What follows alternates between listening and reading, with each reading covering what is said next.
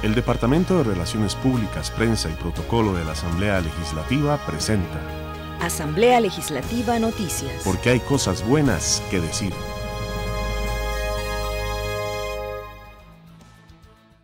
Aprueban implementación de la educación dual. Dictaminan proyecto para regular huelgas. Dictaminan reestructuración de Habdeba. Jóvenes acosadas en universidades aseguran que no son prioridad en la agenda. Vamos al detalle de las informaciones.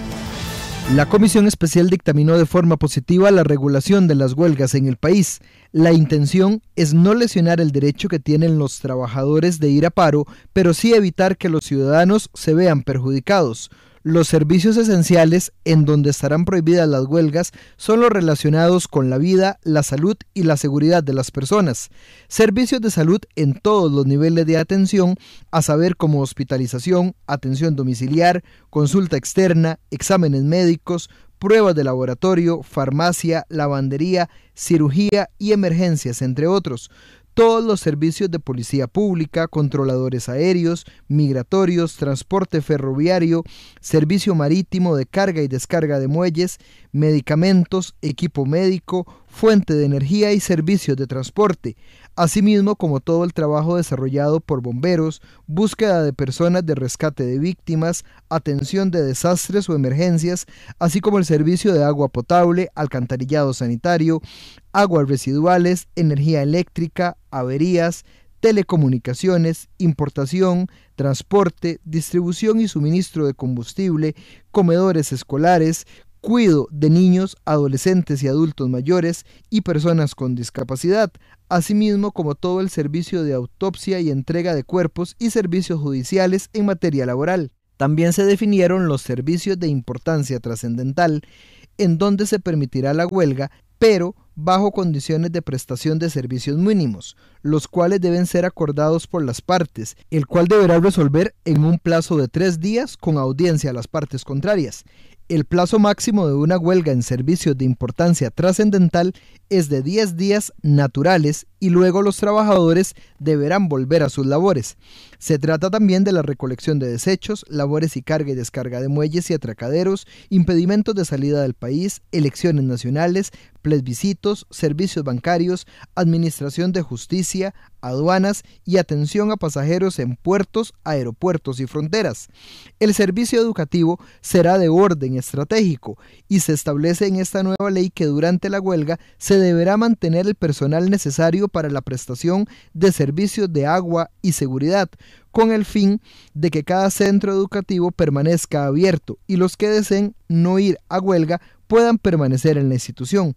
Deberá haber un acuerdo entre las partes para garantizar ese servicio mínimo, si no lo define un juez de trabajo en un plazo de 3 días, y la huelga no podrá superar los 22 días naturales consecutivos o 10 días naturales discontinuos. El sindicato deberá señalar un medio electrónico para atender notificaciones y se establece un plazo a la instancia judicial para la resolución de la declaratoria de legalidad o ilegalidad de la huelga.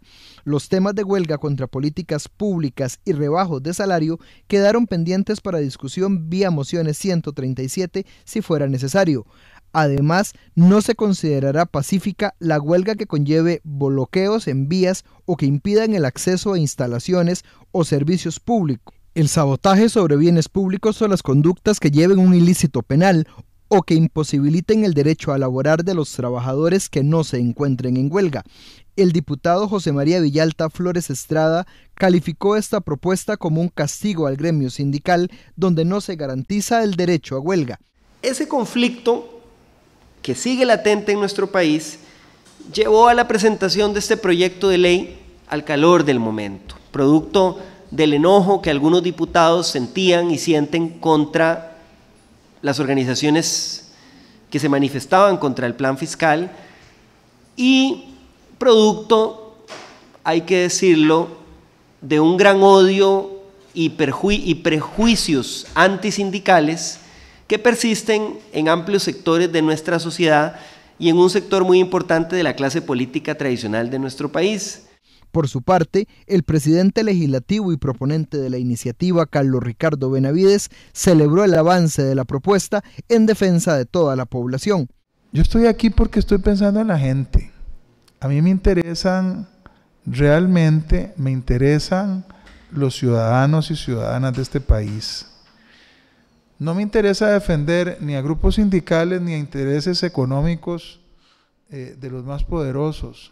Me interesa la gente que muchas veces se le olvida a determinados grupos políticos o personas que están en la política. Es la gente que hoy en la calle sufre las consecuencias de un movimiento irracional.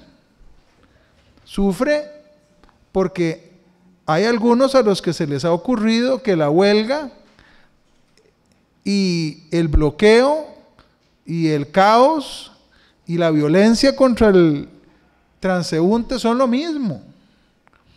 Los mismos que hoy están sufriendo porque no les dan servicios médicos a los que tienen derecho y porque no se los da gente que está obligada a dárselos.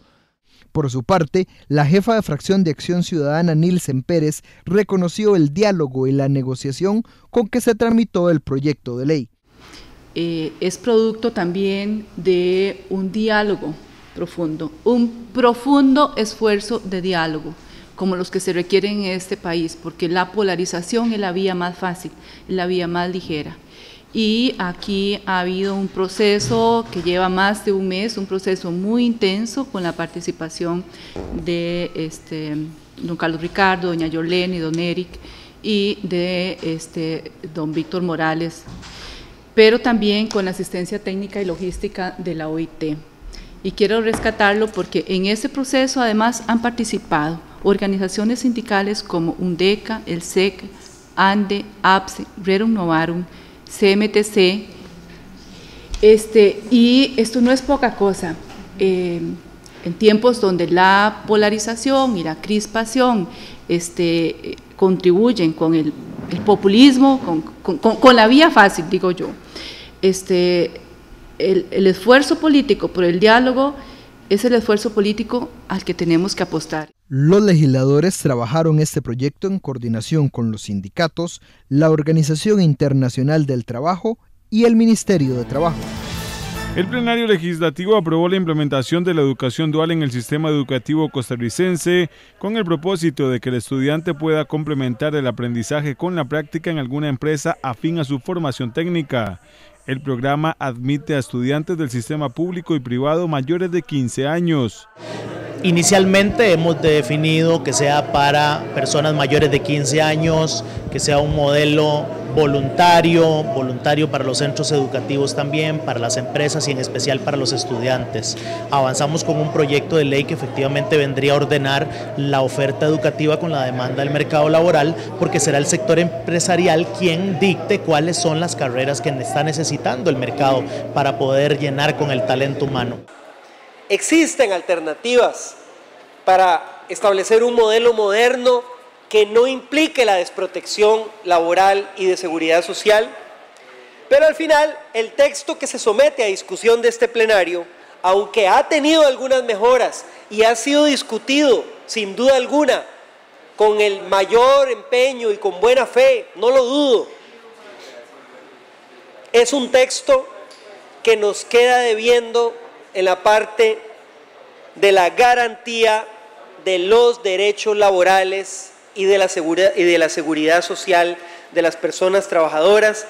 Es un texto que intenta, con normas simplistas, excluir este tipo de contratos de aprendizaje de la protección que históricamente han tenido según la jurisprudencia de nuestro país, según la legislación laboral, pero también según nuestra Constitución política y los tratados de derechos humanos.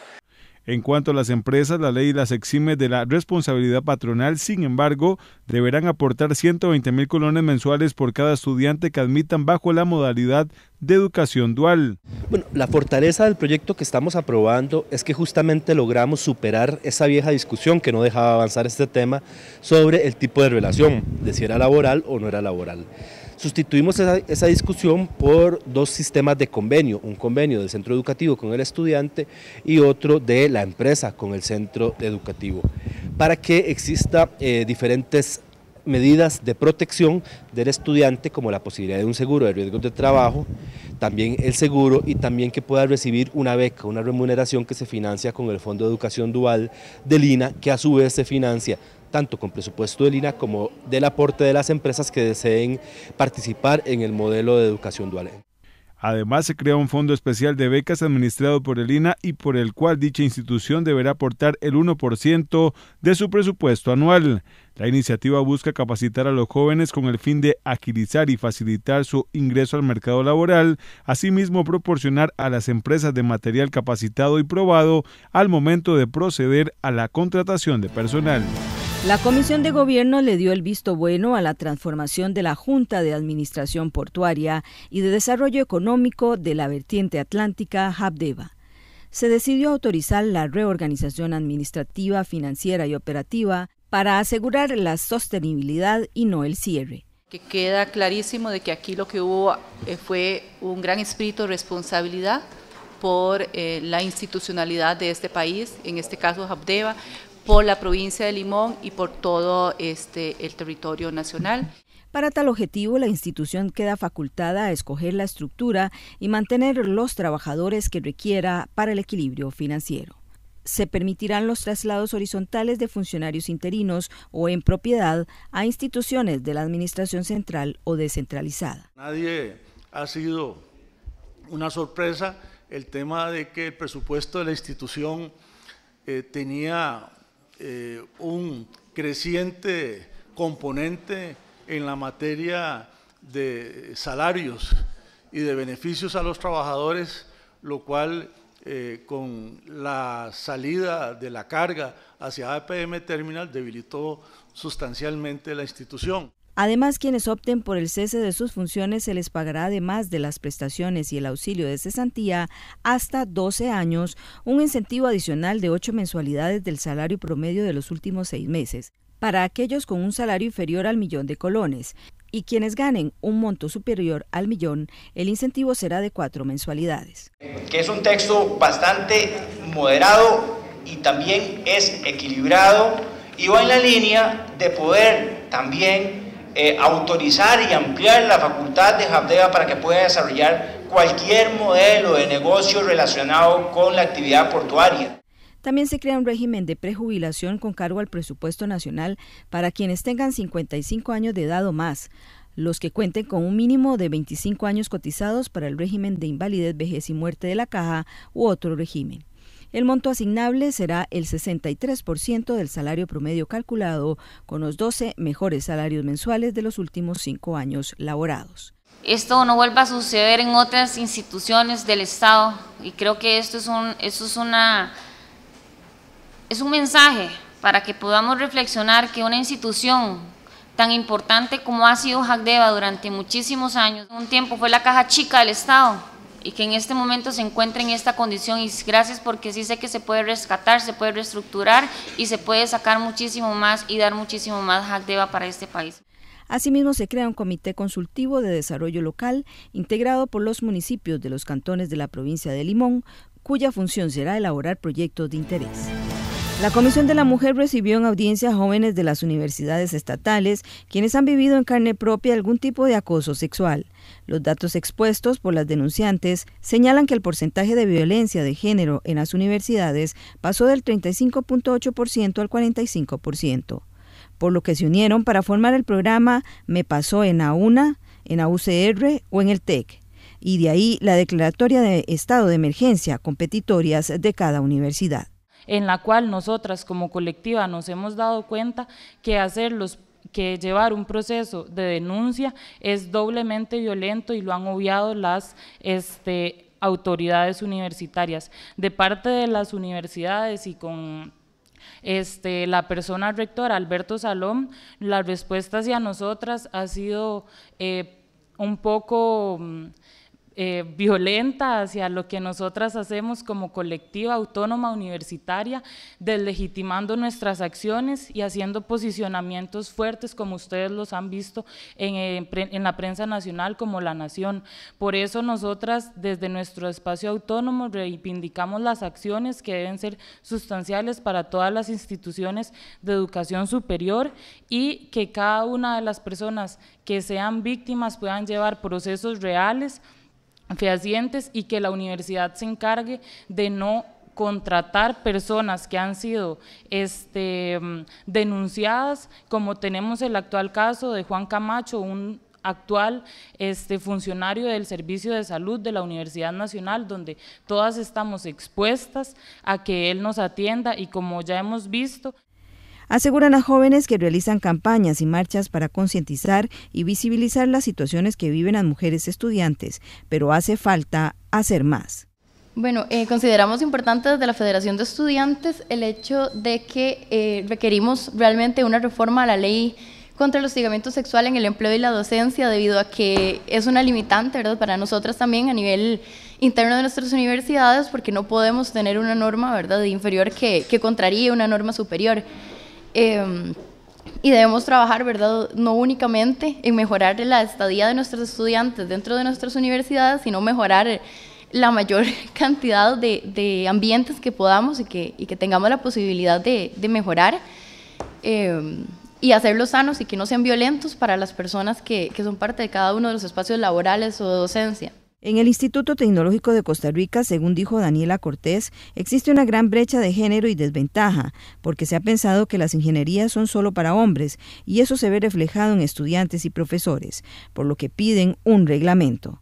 También es importante recalcar que las denuncias formales, las únicas que han sido resultadas de sancionados, de profesores sancionados, han sido 8, y actualmente, desde que sacamos nosotras la campaña Me Pasó en el TEC, hay 123 denuncias. También, bueno, queremos recalcar que tenemos el apoyo, por dicha, de la Oficina de Equidad de Género, ¿verdad?, que en todo el proceso nos ha acompañado y guiado. Que me siento profundamente orgullosa de ver a mujeres jóvenes empoderadas con tan claro el norte de cuál es la ruta para acabar con este tipo de prácticas. Ustedes abren brecha a otras mujeres, es muy difícil denunciar, es muy difícil encontrar el valor para enfrentar este tipo de situaciones. Muchas veces nosotras como mujeres nos sentimos hasta las culpables de que esos hechos se den.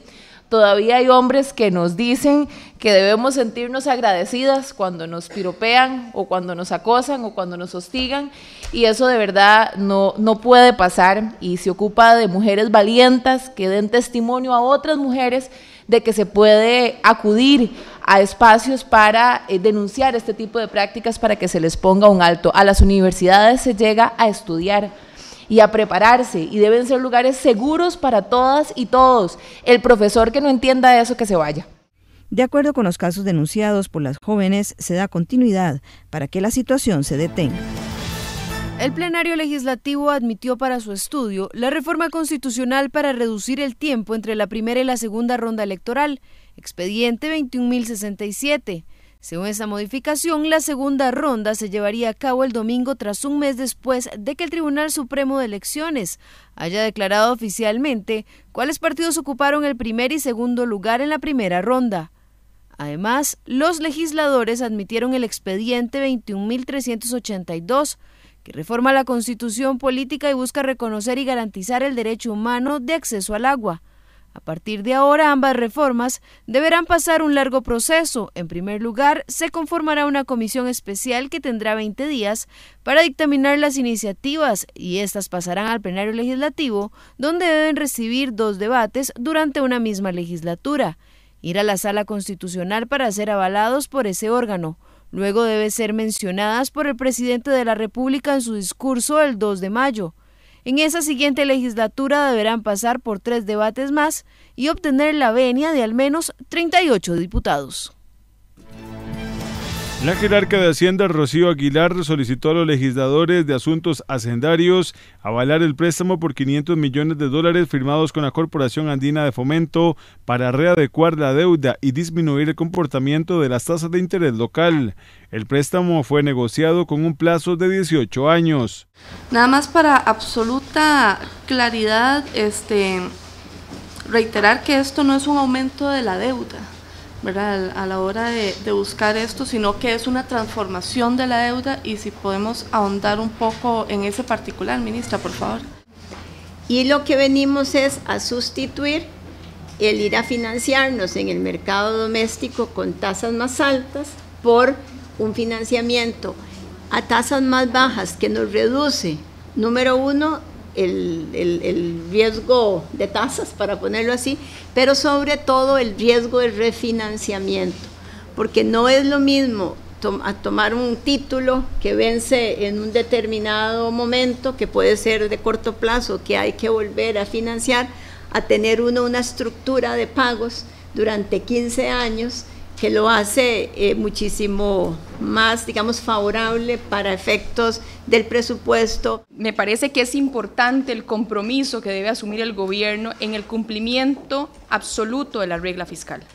Y esto es un tema que lógicamente no aparece en este medio de verificación, más el documento por sí mismo, pero el tema de la responsabilidad y el compromiso por cumplir con la regla fiscal y por el tema de la contención del gasto debe ser de todos los días, y tenemos que salir un poquito más como gobierno a exigir ese cumplimiento de todas las instituciones. De lo contrario, señora ministra, usted sabe lo que puede generar en muy corto plazo esta situación, y yo quiero ser muy vehemente con este tema.